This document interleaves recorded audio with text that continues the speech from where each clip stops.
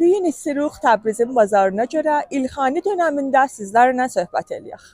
Ustad, lütf eləyin bizə buyurun ki, İlxan dönəmində Təbrizin bazarı nə halda idi? Elxanlı dönəmi Təbrizin bazarı bir imperatorluq paytaxtının ticari mərkəziyyətinə dönüşür.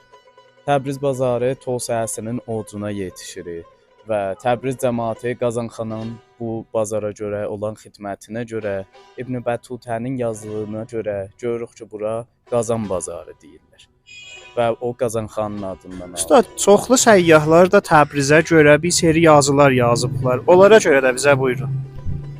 Təbriz bazarına görə yazılan səyyahlar Elxanlı dönəmində Marko Polo yazıbdı. Elxanlı dönəminin əvasitində gəlir görür. Və ondan sonra İbn Bəttutə yazıbdı ki, Elxanlı dönəminin əvaxirində gəlir və bu bazarı görür. Və çox gözəl bilgilər də bizə yetirirlər.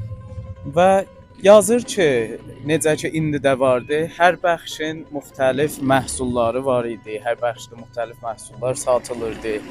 Və ondan sonra Qızılçı bazara gəlir və Qızılçı bazarda deyir, gördüm ki, türk xanımlar qızıl almaqda bir-biri ilə rəqabət edirlər. Və nişan verir ki, Təbriz bazarında o dövrdə Təbriz əhalisinin sərvətdə müşəxəs olunur.